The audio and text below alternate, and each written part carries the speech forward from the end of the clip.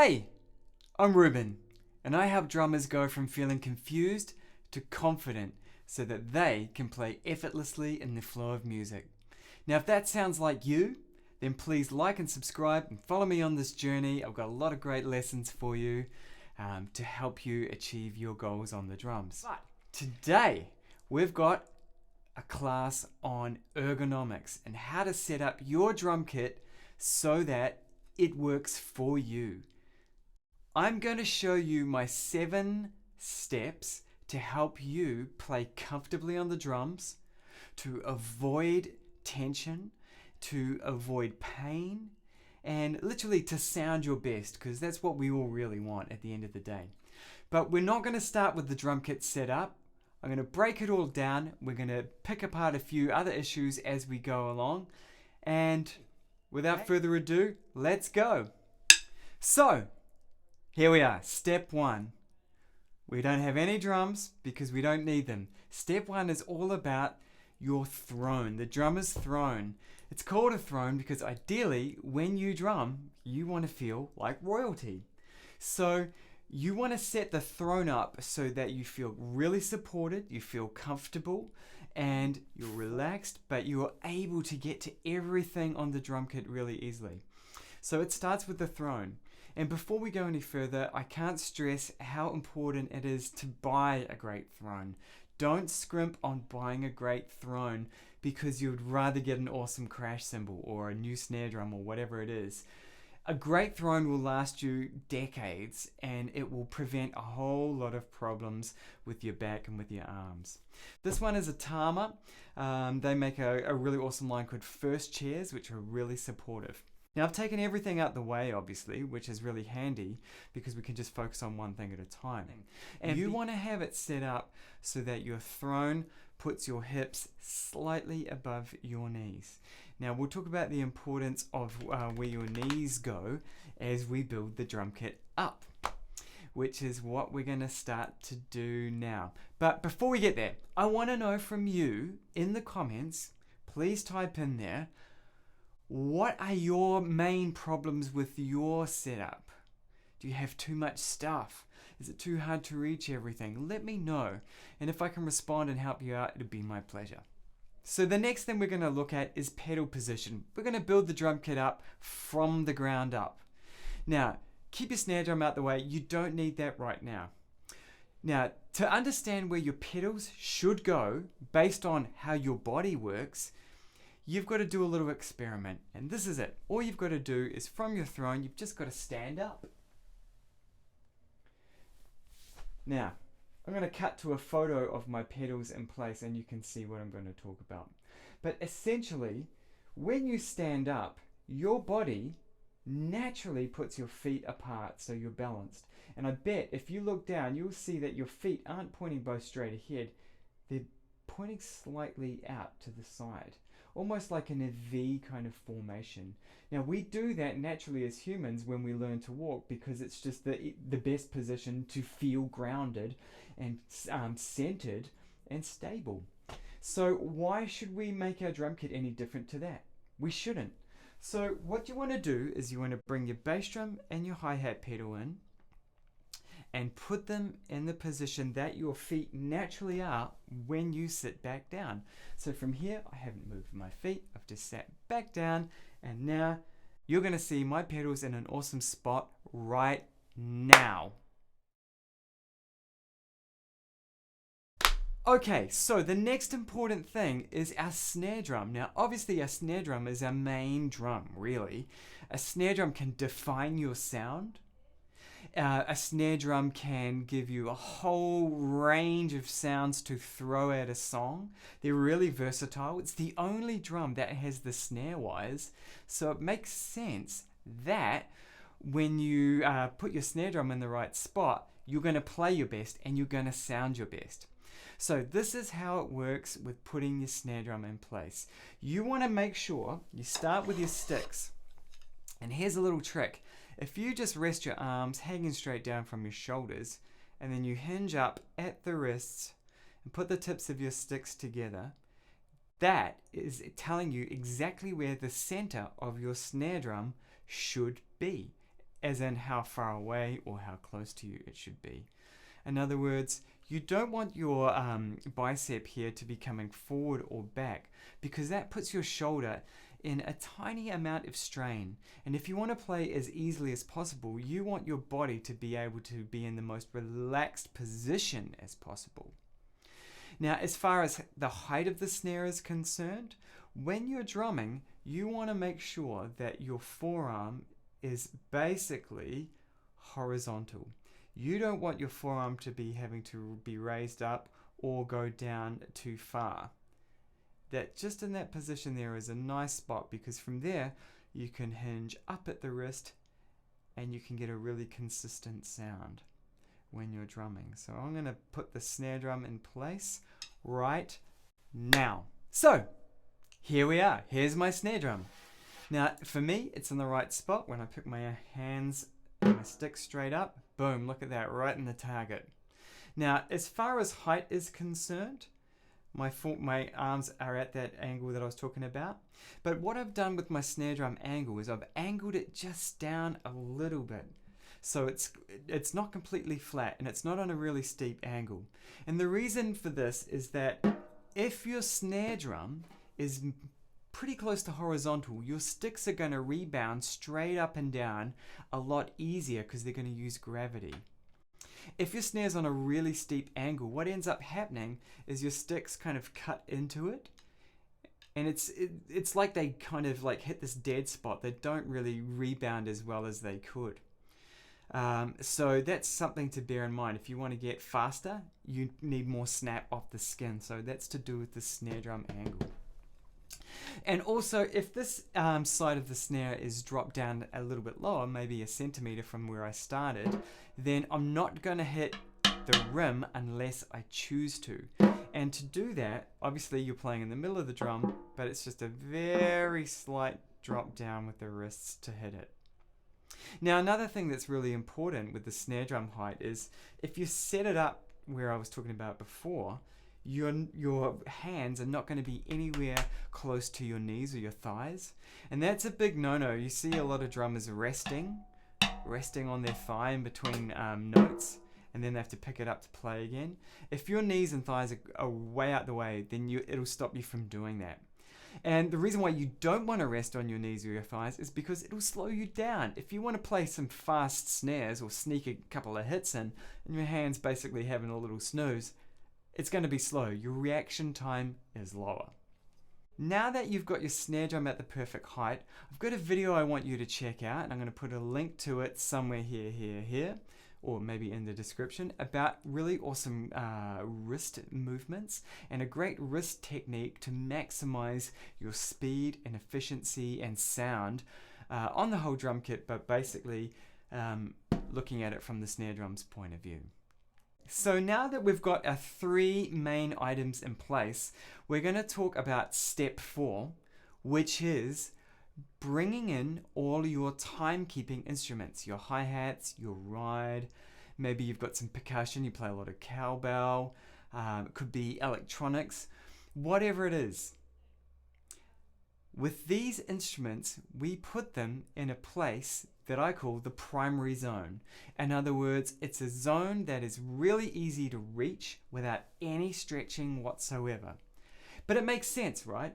If you're playing a lot of time on your hi-hat, to have to reach and stretch for it to play on that extensively, that's going to put fatigue in your arm. Especially with the ride cymbal. You see a lot of people put the ride cymbal up and really high because maybe they've got a lot of toms, and then they get really tired elbows and shoulders and then backs, and yeah, it's a bad scene. So what we want to do with our primary zone instruments, our timekeeping instruments, is we want to put them in a position where we don't have to stretch at all. No stretch. Really easy to play the whole time.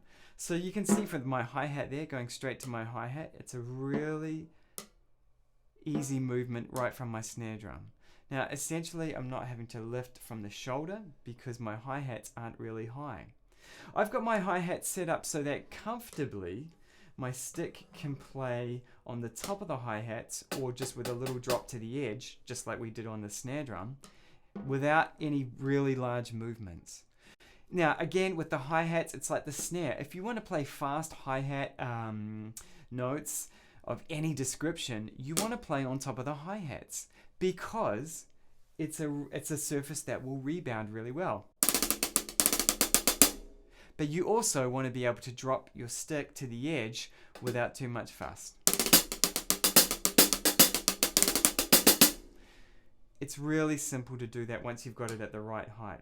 Essentially, if you end up hitting on the edge of your hi-hats the whole time, your hi-hats are too high. So here I've put the ride cymbal in the primary position. In other words, there's no stretch for me to reach it. If I was to come from my snare drum, it's very close. You can see my arm isn't moving out to hit it at all. It's just a sideways movement, however you want to play it. So from the hi-hat to the ride, they're actually set up at the same height. Now it makes sense, right? If you've got your hi-hat at the right height, and it's really easy to play, then you want to have your ride cymbal at the same height. Now the ride cymbal could be another set of hi-hats for you if you don't use the ride very much. Or if you're a jazz drummer, you may have 2 rides, 3 rides, but they can all be in the same position, in the same plane. So you're not having to lift up your arm at any point to play the ride. It's always in a really super comfortable position. Now, if you play a lot of the bell, more than you would play the flat of the cymbal, then make sure that the bell is in your really comfortable primary position, which might mean that the ride is a bit closer.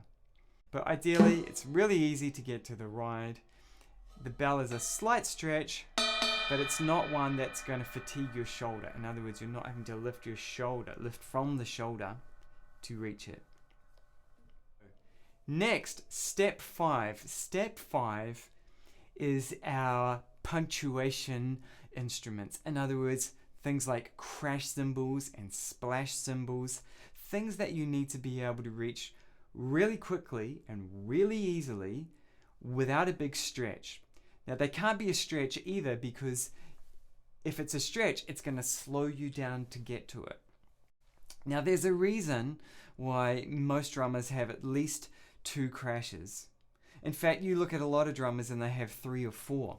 And the reasoning for that is not only because they give you different sounds, sure, but it's because if you've got a crash there, then it's really easy to hit when you're on the hi-hats. If you've got a crash here, it's really easy to hit when you're on the ride. Or you may have a couple of floor toms and you have another crash at the end of them, and it's easy to reach that crash when you finish a fill. So all of these have a reason for their placement. But your primary crash would be the crash that goes right here by your hi-hats. So let's bring that in. Ta-da! Here's my crash, as if by magic.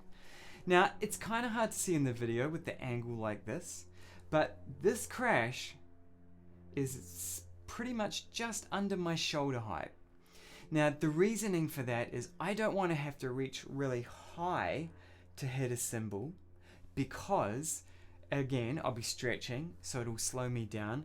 But the other reason is I play live a lot and I record a lot. So if my cymbals are up really high, they'll be closer to the microphones, so my drum kit will sound out of balance.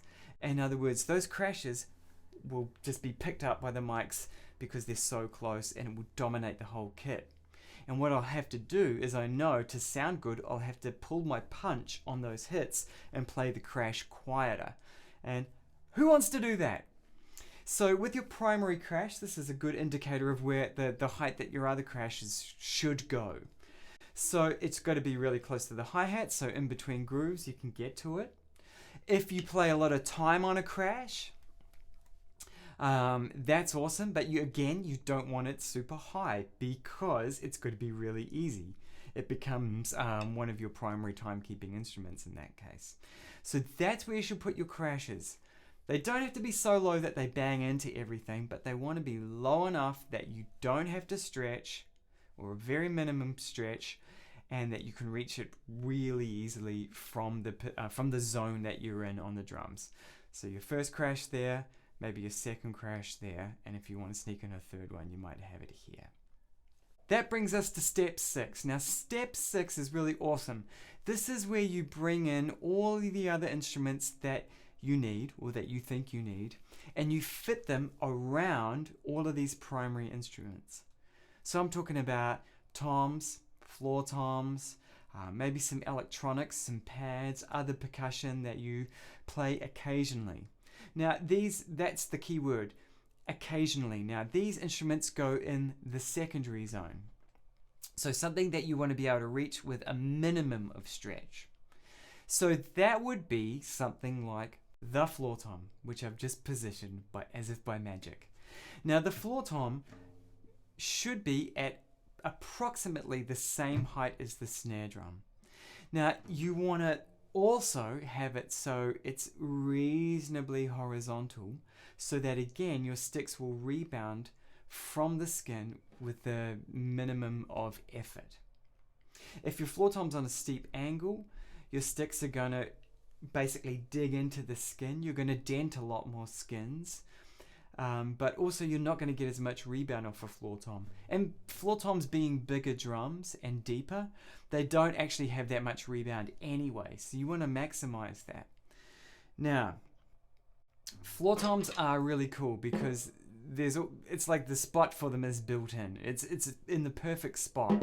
You may play a lot of time on the floor tom, but again, that's in a position where you don't really have to move much at all really from your shoulder, apart from a pivot out to get to it. Now, you see a lot of drummers when they start off, they do things like this to hit a floor tom. What a terrible idea. Your sticks don't play upside down. So you want to be able to move both hands, just like you were playing on the snare, up and down over to the floor tom with the same movement. You're just maybe twisting slightly at the torso to reach it.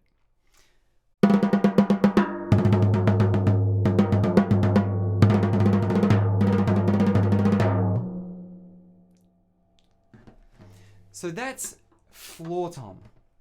Now, if you have another snare drum, a secondary snare, that should be the same plane, the same height as your main snare, but just left of your hi-hats. Now, what do you do with tom-toms? Gets very subjective, but there's a reason why the classic jazz and early rock and roll drum kits only had one mounted tom. And the reason is back then they played a lot of ride cymbal, and they knew instinctively that the ride cymbal was really important, so they didn't want to have to move the ride cymbal out to a slightly uncomfortable position to accommodate those two drums. Now that gives you a big spot right here for one lovely tom, which I'm not going to set up because it's going to interfere with the view of the snare drum. But this is a big consideration that you need to make with your setup. How many mounted toms do you really need? Could you maybe get away with having two floor toms instead of two mounted toms? Have a high tom and a mid tom and then a floor tom. Or perhaps another tom-tom on this side. You might need to get a bit more hardware and cymbal stands to facilitate it. You could potentially try smaller toms right here, an 8 and a 10 or a 10 and a 12, which don't take up that much room, and you wouldn't have to move your ride cymbal and your snare drum out to fit them in. If you have to move your crash cymbal slightly to accommodate your toms, that's fine, because again, your crash cymbal isn't, if you're not playing on it like regularly, like timekeeping, then it can move a little bit. Maybe you have a main timekeeping crash over here, which doesn't involve much movement to reach. So toms are subjective, but it's up to you. You've got to think about the music that you're playing and the sound that you want. A lot of great drummers just play with 3 drums or 2 drums. No one really just plays with one. The guy from the Violent Femmes, he just plays with a snare drum. But it's up to you. Some drummers have all the toms, but those drummers that use a lot of the toms have really worked on their upper body strength. They never talk about this, but they work on their shoulders so that they can support reaching from the shoulders. So that's a big thing. That brings us to step 7. Now that you've got your drum kit set up, it's really important to understand what to play to improve, what to practice to maximize this ergonomic setup. Now, as drummers, we often get to a point in our journey where we're unsure of what to do next. We're unsure of what it is to practice. You know those times when you sit down and you kind of go through the motions and you play the same old thing, and even if it's working on your favorite songs, you kind of just fall into the rut of doing things that you're already good at. Now, step 7 is about education. Step 7 is a never-ending step. We can always get better. But what you need is someone that can give you some guidance on where to go next with your drumming.